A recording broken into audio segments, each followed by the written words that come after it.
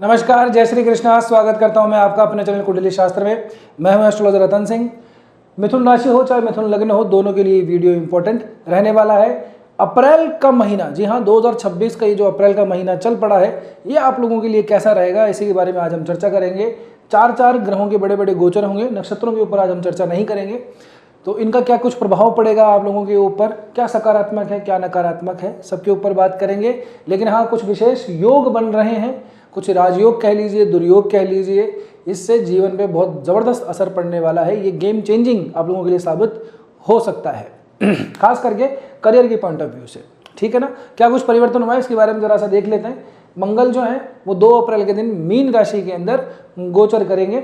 जी हाँ, कुंभ राशि से मंगल जो है मीन राशि के अंदर जाएंगे। मंगल की अगर आप स्थिति देखेंगे तो आप लोगों के लिए षष्ठेश बनते हैं और साथ साथ में लाभ भाव के स्वामी भी मंगल ही बनते हैं।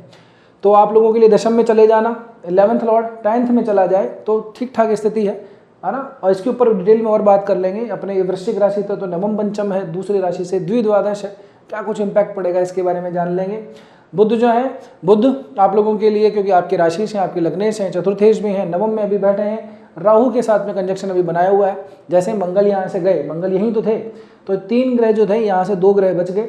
बुध यहाँ और राहु के साथ यहाँ पे युति है। तो बुध जब यहाँ से ट्रांसफर करेंगे 11 अप्रैल के दिन, तो ये इसका भी आप लोगों के ऊपर अच्छा ही इम्पैक्ट पड़ेगा। बुध की वजह से आप लोगों को कोई दिक्कत नहीं आएगी, ठीक है। हालांकि बुध यहाँ पे मीन राशि में नीच के हो जाएंगे, लेकिन देखेंगे अगर आप तो ये क्या नीच भंग भी हो रहा है, तो इसका क्या कुछ इम्पैक्ट पड़ेगा देख लेते हैं। इसके बाद में दिन निकलेंगे 14 अप्रैल आएगी। 14 अप्रैल को सूर्य भी मीन राशि से निकल करके शनि से छुटकारा पाएंगे और आप लोगों के लिए लाभ भाव के अंदर मेष राशि यानी कि उच्च की राशि के अंदर प्रवेश करेंगे सूर्य महाराज। 19 अप्रैल होगी, आपके जो मित्र हैं जो पंचमेश हैं शुक्र महाराज, उनका भी गोचर होगा। मेष राशि से अपनी खुद की जो राशि है वृषभ राशि, उसके अंदर प्रवेश करेंगे 12वें भाव के अंदर, ठीक है। तो इसका क्या कुछ इम्पैक्ट पड़ेगा अब हम एक बार देख लेते हैं एक एक करके देखें। तो सबसे पहले करियर की ही बात कर लेते हैं, जहाँ पे ये युति बनी हुई है। देखिए इस महीने के अंदर त्रिग्रही योग भी बनेगा और चतुर्ग्रही योग भी बनेगा। त्रिग्रही आप समझ गए होंगे, 3 ग्रह एक साथ बैठे तो त्रिग्रही योग, 4 ग्रह एक साथ बैठे तो कहेंगे चतुर्ग्रही योग। इसमें चंद्रमा को हमने काउंट नहीं किया है, ठीक है ना, क्योंकि चंद्रमा हर 2.25 दिन के अंदर एक पूरा मूव करता रहता है, राशियाँ बदलता रहता है, तो उसको हमने काउंट नहीं किया है। अगर अब आप देखेंगे तो 2 अप्रैल से लेकर के और 10 अप्रैल के बीच में शनि सूर्य मंगल इन 3 ग्रहों की युतियां आपके दशम भाव के अंदर है। राशि है गुरु की, जो कि केंद्र के अंदर बैठे हुए हैं। पंचम पे दृष्टि है, नवम पे दृष्टि है, सप्तम पे दृष्टि है। सप्तम के अंदर, सप्तम में तो इनकी खुद की मूल त्रिकोण की राशि धनु राशि भी यहीं पे बैठी हुई है। शनि आप लोगों के लिए, अच्छा एक चीज़ और देख लीजिए, थोड़ा सा पहले अब हम एक बार नकारात्मक पक्ष को देख लेते हैं। ये दशम में जो ग्रह हैं, तीसरे भाव के स्वामी हैं एक, दूसरे मंगल हैं आपके 6ठे भाव के स्वामी हैं, शनि हैं जो 8वें भाव के स्वामी हैं, तीसरे 6ठे 8वें भाव के स्वामी, इन तीनों की युति हो रही है कहाँ पे, दशम भाव में।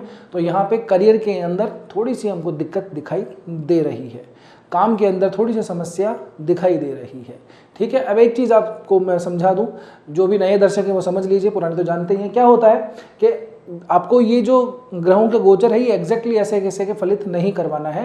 क्या है कि आप मेरा वीडियो देखिए, चाहे किसी का भी वीडियो देखिए, जब भी आप राशि फल या लग्न फल देखते हैं तो उसको देखने का तरीका ये है कि सबसे पहले आप अपने चार्ट को देखिए, आपका क्या लग्न बनता है, कौन से ग्रह कहाँ पे बैठे हुए हैं, फिर आप उसमें से दशा अंतरदशा देखिए। जनरली विंशोत्तरी दशा जनरली लोग देखते हैं, वो ईजी भी पड़ती है समझने के अंदर।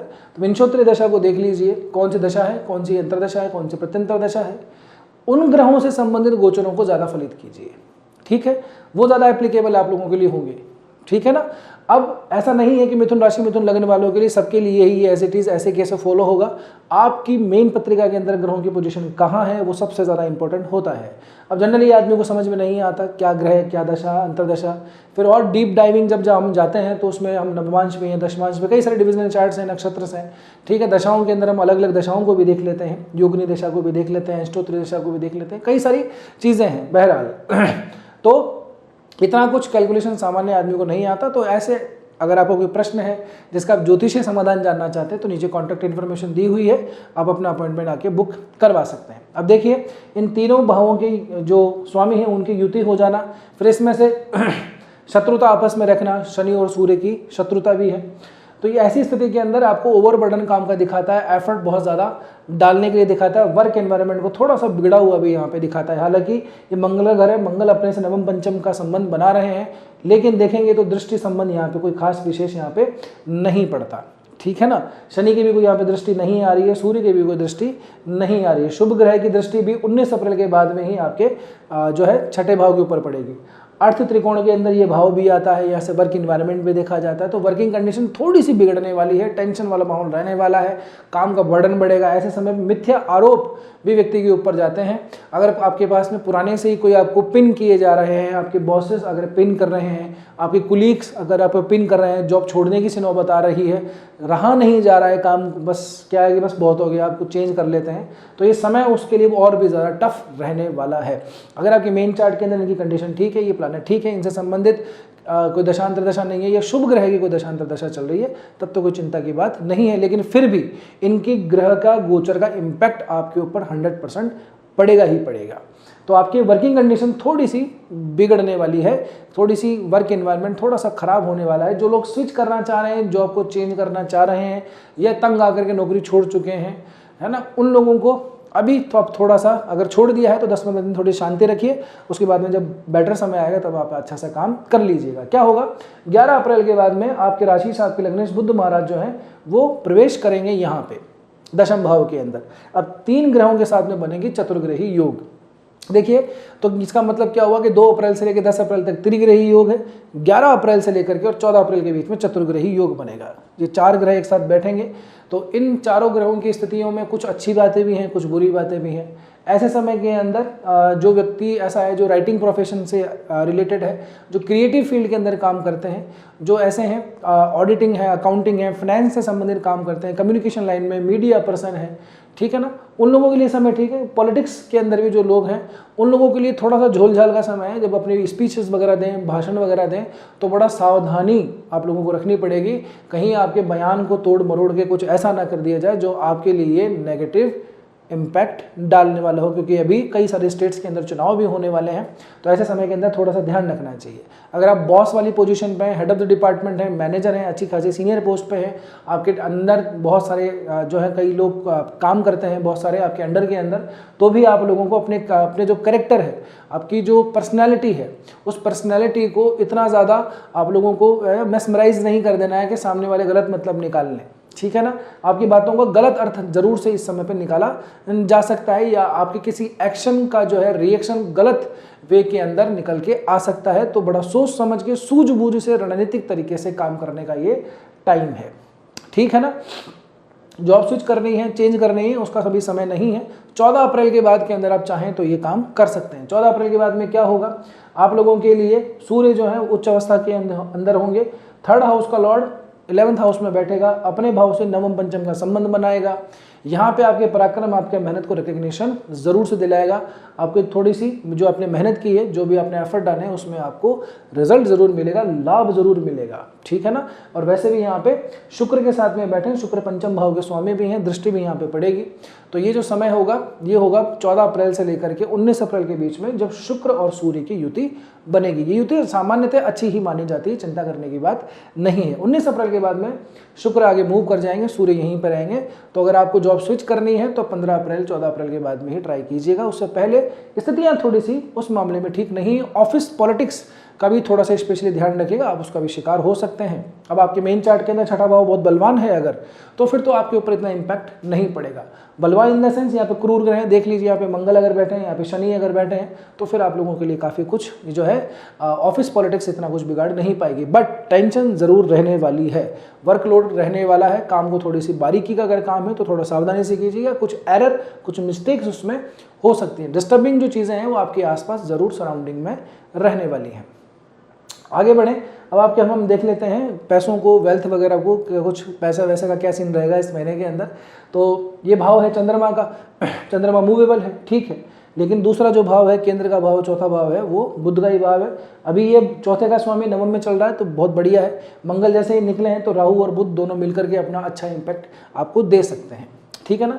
तो अभी संपत्ति वगैरह सृजन करने के लिए बढ़िया समय है, पूरा महीना ही एक्चुअली बहुत बेटर है। तो उसके बाद में बुध यहाँ पे आएंगे, बुध यहाँ पे दृष्टि डालेंगे सीधे सीधे अपने भाव के ऊपर, तो ये भी आपको बल ही प्रदान करेंगे। लेकिन ये नहीं भूलना है कि यहाँ पे बाकी जो ग्रह हैं उनकी भी सातवीं दृष्टि यहाँ पे पड़ती है, ठीक है ना। तो ऐसे समय के अंदर किसी के कहने में, झंझलाट में, हड़बड़ाहट में, जल्दीबाजी में, शो ऑफ के चक्कर में कोई इन्वेस्टमेंट करने से बचेगा, नहीं तो नुकसान आप लोगों को लग सकता है। अपनी माता की स्वास्थ्य का भी थोड़ा सा ध्यान रखिएगा, खास करके अगर उनको कुछ न्यूरोलॉजिकल प्रॉब्लम है तो विशेषतः उनका थोड़ा सा ज़्यादा ध्यान रखना है, ठीक है।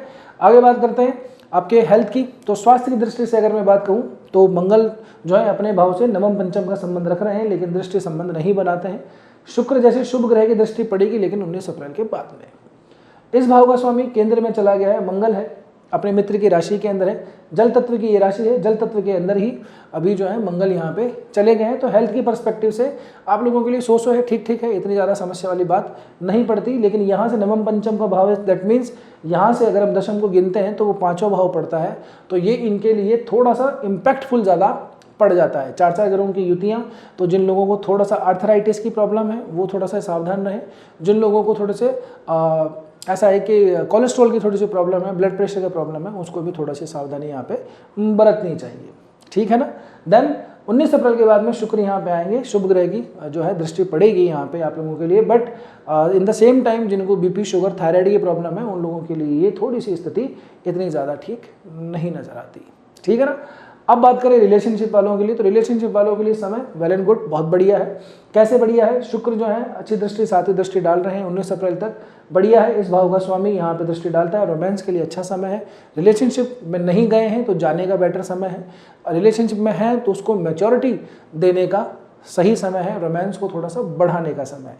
सूर्य जैसे यहाँ पे आएंगे 14 अप्रैल के बाद में, तो अग्रेशन आएगा, गुस्सा आएगा, थोड़ी सी जो है नोक झोंक थोड़ी सी ज़्यादा बढ़ेगी, तो संभाल लीजिएगा। शुभ ग्रह साथ में है, लेकिन फिर भी थोड़ा सा तो यहाँ पे इम्पैक्ट पड़ ही सकता है। 19 अप्रैल के बाद में इस भाव का स्वामी अपने से षडाष्टक जाएगा, खुद की राशि में जाएगा, तो थोड़ी सी हमको डिस्टेंस हमको दिखाता है ना। तो अगर कुछ मिसअंडरस्टैंडिंग की वजह से डिस्टेंस बन रहे हैं तो ठीक नहीं है। जनरल किसी वजह से, किसी काम धाम की वजह से अगर डिस्टेंस है तो इट्स ओके। तो अपने जो रोमांस है उसको 15 तारीख तक तो बढ़िया अच्छे खासे तरीके से आप उसको मैच्योरिटी लेवल पे लेके जाइए, उसको एंजॉय कीजिए। देन उसके बाद में थोड़ा सा टफ टाइम जब आए तो उसको थोड़ा सा अपने विवेक का, रैशनल तरीके से मैच्योरिटी का जो है दिखाते हुए व्यवहार को, और उसको थोड़ा सा मैनेज कर लीजिएगा। रिलेशनशिप की बाद में अगर मैं बात करता हूँ आप लोगों के लिए दाम्पत्य जीवन की, तो दाम्पत्य वाले मामले के अंदर ठीक है, कोई समस्या वाली बात स्पेशली यहाँ पे हमको नज़र नहीं आती है। जिनके कुछ केसेस चल रहे हैं, लीगल इश्यूज़ हैं, तो उन लोगों की अपनी एक समस्या है, क्योंकि उनके चार्ट के अंदर कुछ स्पेशल ग्रहों के प्रभाव सप्तम के अंदर बिगड़ा हुआ है, तभी जाकर के, और उसी से संबंधित दशांतर दशा भी चल रही होगी, तभी जाकर के कुछ ऐसी स्थितियाँ बनी हुई है। बाकी जनरल पर्सपेक्टिव से रिलेशनशिप वाले दाम्पत्य जीवन के अंदर इतनी समस्या नहीं है। जो बिजनेस करते हैं, खुद का व्यापार करते हैं, जो सेल्फ एम्प्लॉयड हैं, उन लोगों के लिए अगर मैं अभी बात करूं तो आप लोगों के लिए समय ठीक है, बहुत ख़राब वाली स्थिति नहीं है। अपने काम को जैसा आप मैनेज कर पा रहे हैं करिए, बढ़िया है, अच्छी बात है। यहाँ से अगर आप देखेंगे तो इस भाव का स्वामी समसप्तक तक बैठा हुआ है, साथ ही में इस भाव की जो दूसरी राशि पड़ती है, गुरु की जो दूसरी राशि है वो भी दशम के अंदर पड़ती है, दृष्टि संबंध भी ठीक बना रहा है। इसके अलावा दशम के अंदर इतने ग्रहों का जमावड़ा 19 अप्रैल के बाद में शुक्र जैसे ग्रह का, है ना, पंचमेश का आगे चले जाना, तो यहाँ पे दिखाता है एक्सपोर्ट इंपोर्ट, या इवन आजकल एक्सपोर्ट इंपोर्ट को मैं यूँ कहूँ जो ऑनलाइन डिलीवरी में भी जिनका प्रोडक्ट या सर्विसेज जाती हैं, है ना, जो ऑनलाइन सर्विसेज अपनी देते हैं, ये प्रोडक्ट अपना देते हैं, उन लोगों के लिए व्यापार के लिए अच्छा समय रहेगा 19 अप्रैल के बाद में स्पेशली, ठीक है ना। तो उसमें और उससे पहले भी दिक्कत नहीं है, क्योंकि यहाँ का स्वामी जो है लाभ भाव के अंदर बैठा ना, क्षमा कीजिएगा, यहाँ का स्वामी नहीं, लेकिन शुक्र जो है वो आप लोगों के लिए जो व्यापार का कारक है वो आपके लिए यहाँ से पंचम का संबंध बनाते हुए बैठा हुआ है, तो ठीक है, कोई समस्या वाली बात यहाँ पे नहीं। व्यापारियों के लिए समय ठीक है, इतनी चिंता की बात यहाँ पे नहीं है। तो जैसा चल रहा है वैसे चलने दीजिए, थोड़ा ग्रो करना है, ग्रो कर लीजिए। बुध का भी आगे गोचर होगा, दशम के अंदर आएगा, पंचम में बैठा है, राहु के साथ में है, तो जितना अगर आप एडवांसमेंट ले सकते हैं, अपनी लाइजनिंग को काम में जितना ज़्यादा ले सकते हैं, अपने कॉन्टैक्ट्स को जितना ज़्यादा अपने ट्रेड में, अपने व्यापार में, अपने बिजनेस में जितना ज़्यादा उपयोग कर सकते हैं वो कर लीजिए, ये इसके लिए बहुत बेटर समय है, ठीक है ना। अब बात है कि साहब शादी वादी, क्योंकि कुछ कमेंट्स पे आते हैं कि भाई शादी के बारे में बताइए कब होगी कब नहीं होगी। तो मिथुन राशि वालों के लिए तो ठीक है, अभी राहु के साथ में संयोग चल रहा है। अगर आप लोगों के लिए बुध, राहु, शुक्र इनमें से किसी का अंतर प्रत्यंतर चल रहा है, इवन गुरु का भी कुछ चल रहा है, तो बेटर ऑप्शन आप लोगों के लिए आएंगे, अवेलेबल हैं अभी हाल फिलहाल के लिए।